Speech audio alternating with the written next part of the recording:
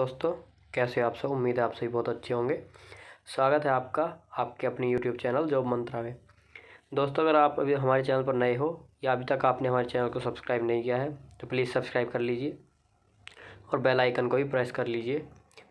दोस्तों, हमारे इस प्लेटफॉर्म पर आपके लिए ही तैयारी कराई जा रही है यूपी SSC फॉरेस्ट गार्ड को टारगेट करते हुए। और ये हमारा हिंदी का प्रैक्टिस सेट होता है डेली शाम को 6 बजे।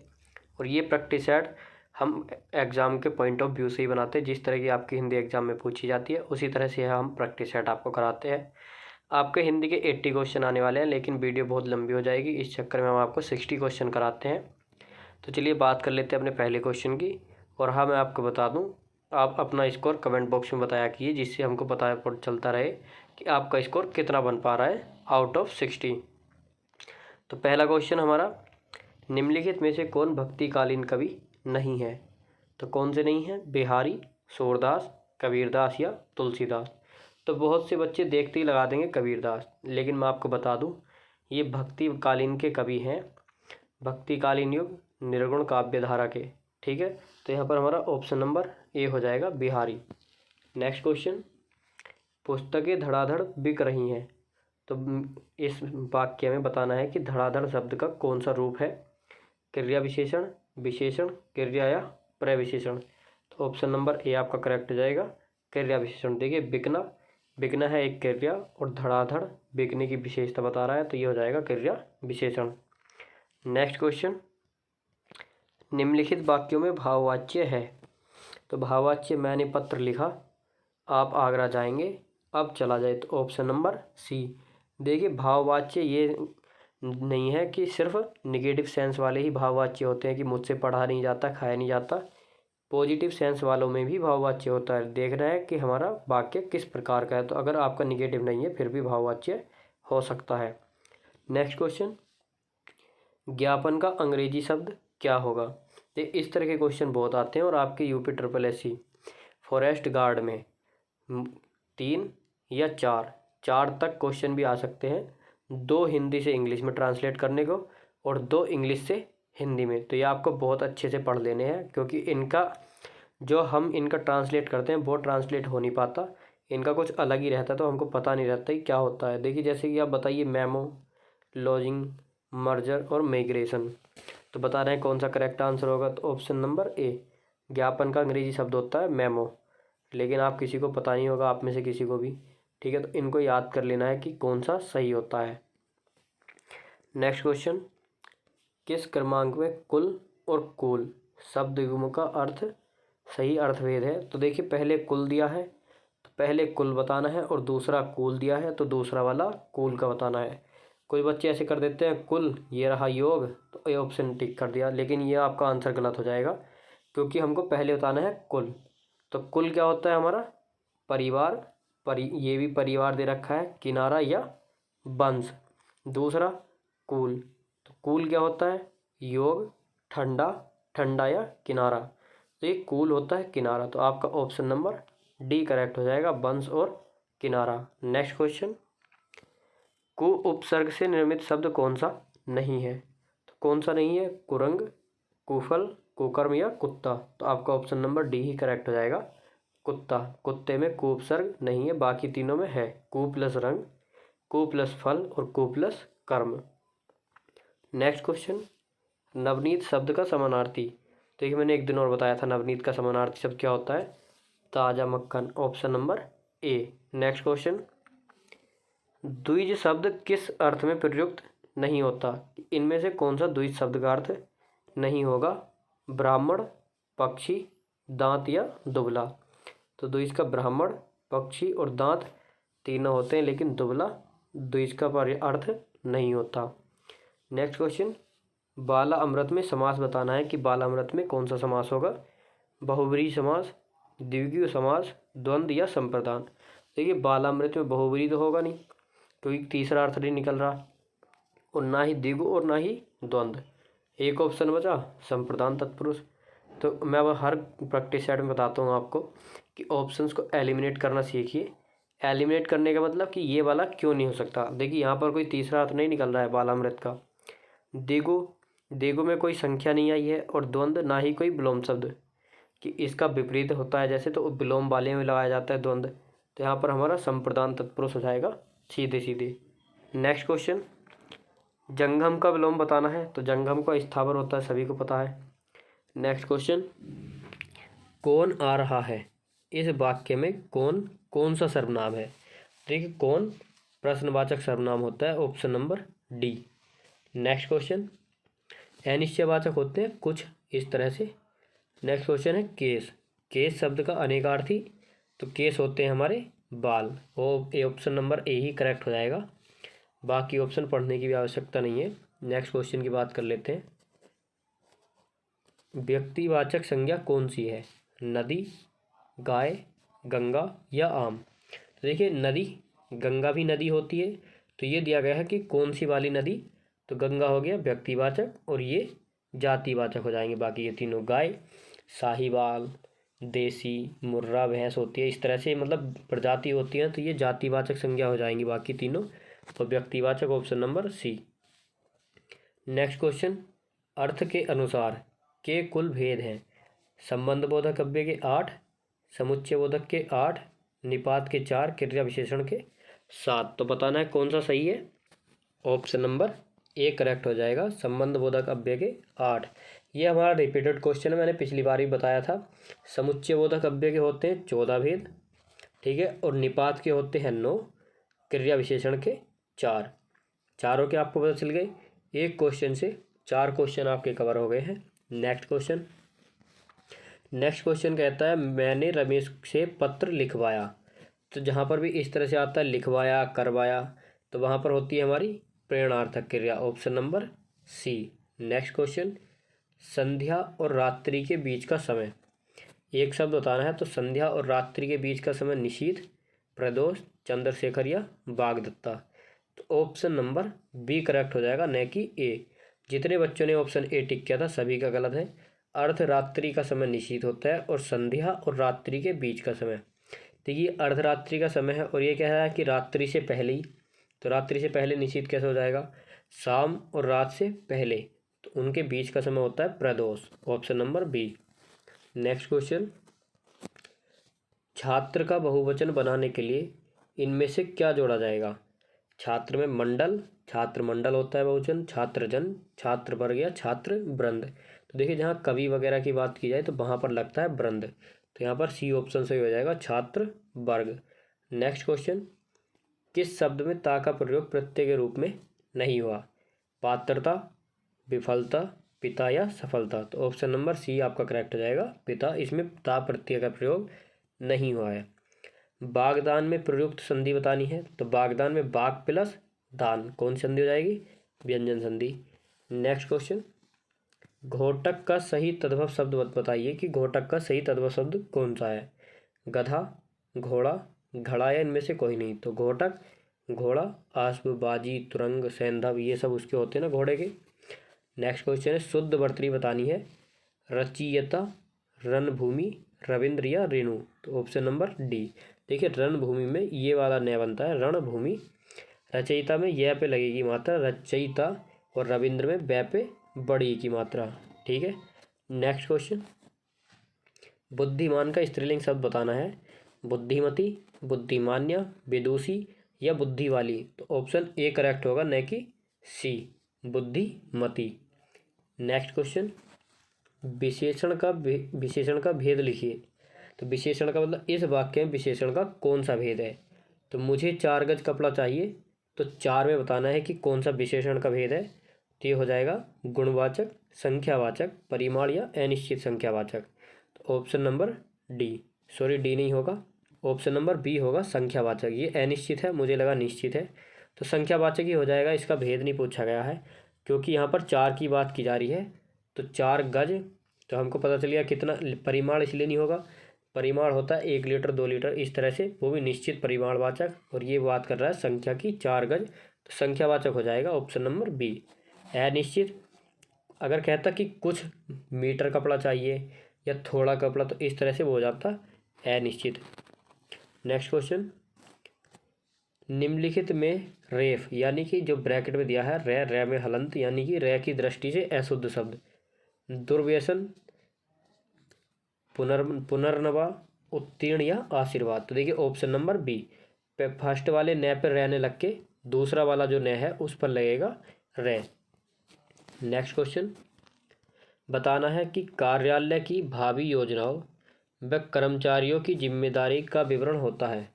कार्यालय की भावी योजनाएं और जो कर्मचारियों की जिम्मेदारी है उसका जो विवरण होगा वो क्या होगा, कार्यव्रत होगा, कार्य सूची, योजना या कार्य निष्पादन। तो ये होता है कार्य सूची।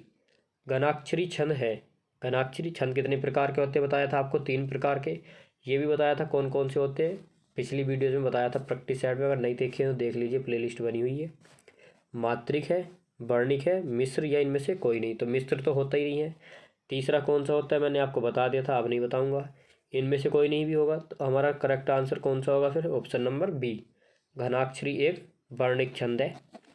नेक्स्ट क्वेश्चन, हिंदी साहित्य का नौवां रस कौन सा है, भक्ति रस, वत्सल रस, शांत या करुण। तो ऑप्शन नंबर सी, जितने बच्चों ने ऑप्शन नंबर ए टिक किया था उन सभी का गलत हो जाएगा, शांत रस होगा option number C. Next question, Bihari ने सतसई लिखी में सतसई शब्द में कौन सा विशेषण है, समुच्चय बोधक, समुदाय बोधक, परिमाण या क्रम बोधक।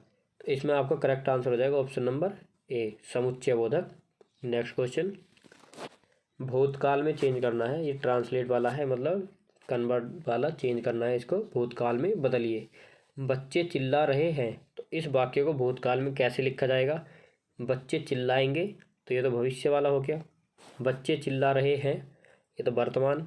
बच्चे चिल्लाते हैं या बच्चे चिल्ला रहे थे, ऑप्शन नंबर डी आपका बिल्कुल ठीक हो जाएगा, बच्चे चिल्ला रहे थे, भूतकाल बताना है। नेक्स्ट क्वेश्चन, पाहन, पाहन और पाहुन योग शब्द में बताना है कि सही अर्थभेद का चयन कीजिए। देखिए पाहन चट्टान और मेहमान, मेजबान और मेहमान, पत्थर और अतिथि, कठोर और सन्यासी। तो पाहन होता है हमारा पत्थर, जिसको प्रस्तर भी बोलते हैं। तो हमारा ऑप्शन नंबर सी करेक्ट हो जाएगा, पत्थर और अतिथि। नेक्स्ट क्वेश्चन, रिक्शा किस भाषा का शब्द है, चीनी, रूसी, जापानी या जर्मनी। तो रिक्शा है हमारा जापानी भाषा का शब्द, option number C. Next question की बात कर लेते हैं। गेहूं शब्द का तत्सम बताना है, गेहूं का गोधूम, ऑप्शन नंबर ए ही करेक्ट हो जाएगा, गोहुम, गोधूम, गेहूं ये गलत है। ध्यान रखना है कि गोधूम कैसे लिखा जाता है, बड़े ओ की मात्रा बनी, न कि छोटे ओ की। नेक्स्ट क्वेश्चन, निम्नलिखित पंक्तियों में कौन सा अलंकार है, या मुरलीधर की अधरान धरी आधरान धरोंगी, रूपक है, यमक, उपमा या उत्प्रेक्षा। तो ऑप्शन नंबर बी आपका करेक्ट हो जाएगा, यमक अलंकार। भाषा की दृष्टि से ऊ किस प्रकार का स्वर है। अब देख लीजिए, जिन बच्चों ने हमारे साथ वर्णमाला देखी थी, जिन बच्चों ने वो 3 वीडियोस देखी हैं वर्णमाला की, जो मैंने 3 पार्ट में कराई थी, उन बच्चों का ये आंसर बिल्कुल करेक्ट होने वाला है। और जिन बच्चों ने वर्णमाला पढ़ रखी है और हमसे नहीं पढ़ी, जो बच्चे ये बोल रहे थे हमारी तो पढ़ी हुई है, उनको आज पता चल जाएगा कि उनका कितना सही है और कितनी उन्होंने पढ़ रखी है। बताना है कि ये वाला ओ पश्च विव्रत है, अग्र संव्रत है, अग्र विव्रत है या पश्च संव्रत है। देखिए सभी को पता है, छोटा ई और बड़ा ई, छोटा ए और बड़ा ए, ये क्या होते हैं, अग्रस्वर। ट्रिक से बताया था मैंने कि आप कभी भी नहीं भूलोगे, इस तरह से बताया था, एक ट्रिक बताई थी, तो उससे आप कभी भी नहीं भूल पाओगे। वो ट्रिक देखनी है तो जा करके वीडियो देख लीजिए, प्लेलिस्ट बनी हुई है। तो ये हमारा बचा कौन सा, ओ और मध्य स्वर ए, बाकी के पश्च स्वर। अब आपको पता चल गया अग्र तो होगा नहीं, बचा पश्च। अब बताना है कि ये समृत होता है या विव्रत होता है। अब जिन बच्चों को मैंने पढ़ाया था मैंने वहाँ पर बताया था कि ये कौन सा होता है, और जिन बच्चों को नहीं पता तो वो पता कर लेंगे पश्च स्वर, और वो भी समृत। जा करके वीडियो देख लीजिए, आपको भी पता चल जाएगा। नेक्स्ट क्वेश्चन, भारत भारती पुरस्कार निम्नलिखित में से किसको सबसे पहले मिला।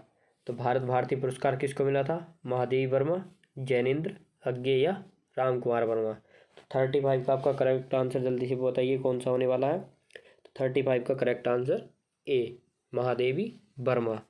नेक्स्ट क्वेश्चन, ये हमारा पैसेज है 36 से 40 ये इसके हमारे क्वेश्चन होने वाले हैं। चलिए पहले अपना पैसेज पढ़ लेते हैं, लेकिन आपको क्या करना है, जब एग्जाम में बैठोगे तो पहले उसके क्वेश्चन पढ़ लेने हैं, उसके बाद उसके आंसर करने हैं।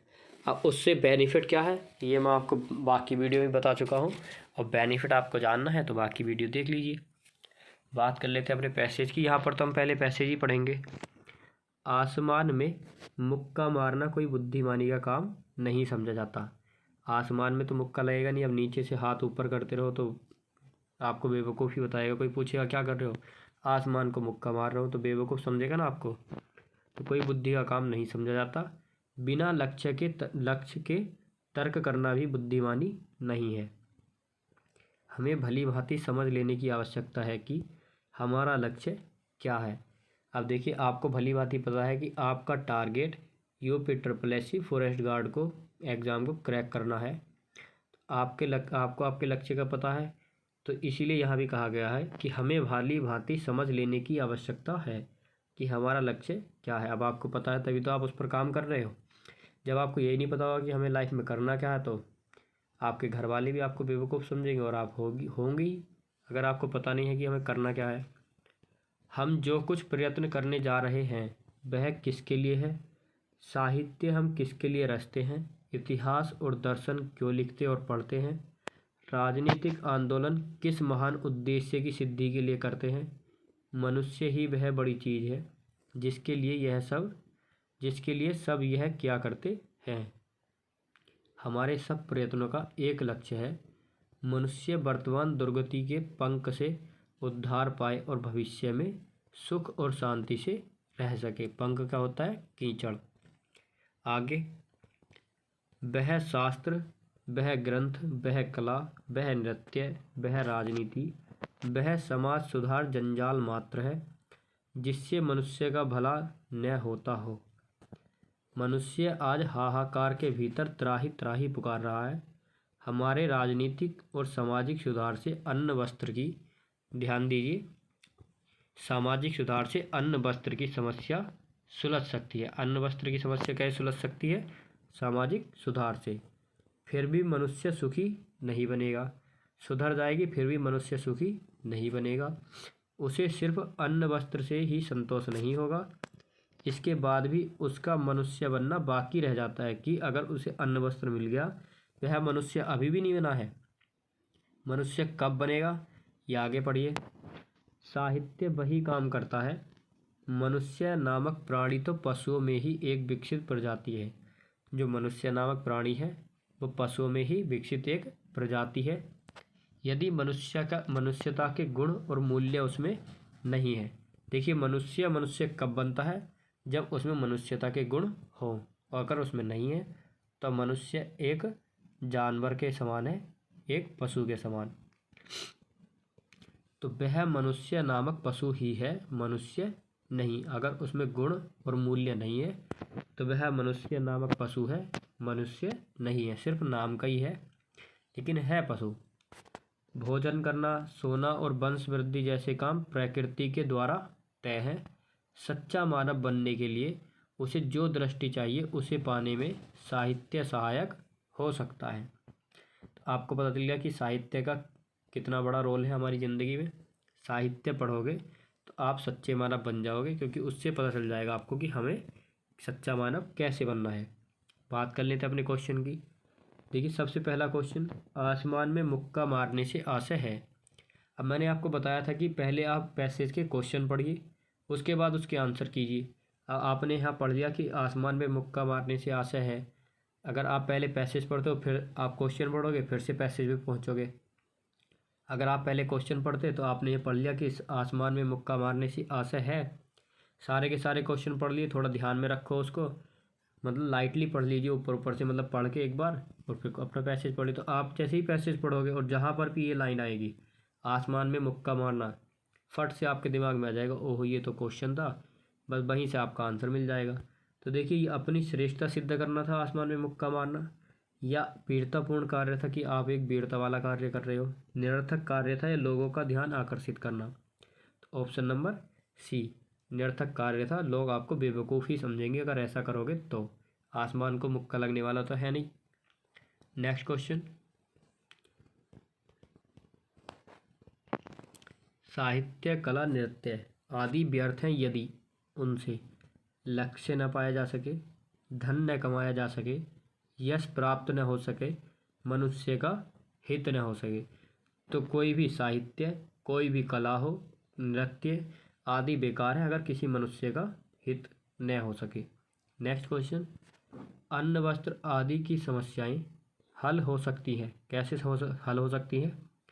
आवश्यकताओं की पूर्ति से, सामाजिक सुधारों से, राजनीतिक आंदोलन या अच्छे साहित्य से। तो मैंने आपको बताया था कि अन्न जल कैसे प्राप्त हो सकता है? सामाजिक सुधारों से, ऑप्शन नंबर बी। अन्न वस्त्र प्राप्त हो सकता है, लाइन आई थी ना, लेकिन अन्न वस्त्र प्राप्त होने से मनुष्य मनुष्य नहीं बन जाता, पशु के समान है। कब तक? जब तक उसमें, बताया था मैंने, अभी नहीं बताऊंगा, आगे क्वेश्चन हो सकता है। नेक्स्ट क्वेश्चन है हमारा, मनुष्य के लिए प्रकृति द्वारा तय कामों में नहीं है। तो मनुष्य के लिए प्रकृति द्वारा तय कामों में कौन सा नहीं है? वंश वृद्धि, सोना, भोजन करना या अन्न वस्त्र की पूर्ति। तो 39 का करेक्ट आंसर डी। प्रकृति द्वारा तय कामों में अन्न वस्त्र की पूर्ति नहीं है, बाकी चीज़ें बताई गई थी आपको, जो जो बताई गई थी आप पैसे देख भी सकते हो और ध्यान से पढ़ा है तो देखने की कोई ज़रूरत नहीं पड़ेगी। मनुष्य एक पशु ही है यदि उसमें बताया गया था क्या न हो? मानवीय मूल्य न हो, संपन्नता न हो, सामाजिकता न हो या साहित्य के प्रति रुचि ना हो। तो ऑप्शन नंबर ए, मानवीय मूल्य तब तक मनुष्य में नहीं होंगे, मनुष्य एक पशु ही है। नेक्स्ट क्वेश्चन हमारा, ये पैसेज था 36 से 40, आगे पढ़ लेते हैं। कुंद, इंदु, संदेह, उमा, रमण, वरुण, अमन, अलंकार बताना है कौन सा है? श्लेष अलंकार, उपमा, अनुप्रास या रूपक। तो 41 का ऑप्शन नंबर बी, उपमा अलंकार हो जाएगा इस पर। नेक्स्ट, पट, पीत, मानव, दड़ित, रुचि, सूचि, नौमी, जनक, स्तुतांबर, बताना है कौन सा अलंकार है? ठीक है, जहाँ भी मनु, मानु, जनु, जानु आ जाते हैं वहाँ पर उत्प्रेक्ष अलंकार, और जहाँ पर सा सम आ जाए वहाँ पर उपमा अलंकार। नेक्स्ट क्वेश्चन, वह घर पहुँच गया, इस वाक्य में पहुँच गया निम्नांकित में से किस क्रिया का उदाहरण है? प्रेरणार्थक क्रिया, द्विकर्मक क्रिया, संयुक्त क्रिया या पूर्वकालिक क्रिया। तो आपका ऑप्शन नंबर सी करेक्ट हो जाएगा, 43 का संयुक्त क्रिया। नेक्स्ट क्वेश्चन, वीर पुत्र को जन्म देने वाली स्त्री के लिए एक शब्द बताना है। वसुंधरा, वसुंधरा पृथ्वी का पर्यायवाची होता है। माता, जननी या वीर प्रसू। तो ये हो जाएगा ऑप्शन नंबर डी, वीर प्रसू, वीर पुत्र को जन्म देने वाली स्त्री। नेक्स्ट क्वेश्चन, अज्ञेय शब्द के लिए एक वाक्यांश है, यानी अज्ञेय शब्द क्या किसके लिए आएगा? जिसे देखा न जा सके, जिसे सुना न जा सके, जिसे जाना न जा सके या जिसे रोका न जा सके। जल्दी से आंसर टिक कीजिए। ऑप्शन नंबर सी जितनों ने टिक किया है सभी का सही होने वाला है। नेक्स्ट क्वेश्चन, 46 से 48 तक बताना है त्रुटिपूर्ण भाग। जब वह मेरे घर आई तो 8 बजा था, 8 बजा था या 8 बजे थे। ऑप्शन नंबर सी, बड़ों की बातों को आदर से सुनना चाहिए या आदर पूर्वक सुनना चाहिए या आदर के साथ। तो ऑप्शन नंबर बी हो जाएगा आपका, जिस पार्ट में गलती है। नेक्स्ट क्वेश्चन, राम ने अपनी गलती के लिए क्षमा की भीख मांगी। तो ऑप्शन नंबर डी, क्षमा की भीख नहीं मांगते हैं, क्षमा मांगी। नेक्स्ट क्वेश्चन है हमारा 49, बताना है कि वह अपनी कक्षा का सर्वाधिक प्रतिभाशाली छात्र है। इस वाक्य का बिना अर्थ बदले निम्नलिखित में से कौन सा नकारात्मक वाक्य उपयुक्त होगा? तो निगेटिव बनाना है इसका, लेकिन इसका अर्थ नहीं बदलना चाहिए, अर्थ यही रहना चाहिए कि वह अपनी कक्षा का सर्वाधिक प्रतिभाशाली छात्र है। निगेटिव करो लेकिन छात्र ही रहना चाहिए। वह अपनी कक्षा का सर्वाधिक प्रतिभाशाली छात्र नहीं है, तो ये तो गलत हो गया, वो तो है। उसके समान उसकी कक्षा में कोई प्रतिभाशाली छात्र नहीं है, बिल्कुल सही बात। उसके समान उसकी कक्षा में कोई प्रतिभाशाली छात्र नहीं है। अगले दो ऑप्शन रह गए हैं, वो भी पढ़ के बता देता हूँ। प्रतिभा में वह अपनी कक्षा के किसी छात्र से कम नहीं है।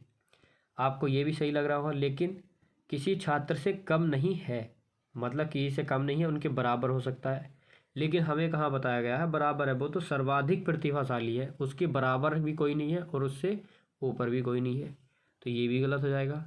अपनी कक्षा के प्रतिभाशाली छात्रों में उसकी गिनती नहीं होती, है तो सरासर गलत ही है। तो आपका ऑप्शन नंबर बी करेक्ट हो जाएगा। बता दिया कि कैसे करेक्ट होगा, ये मैं आपको बताता हूँ कि ये वाला सही है तो ये वाला सही क्यों है।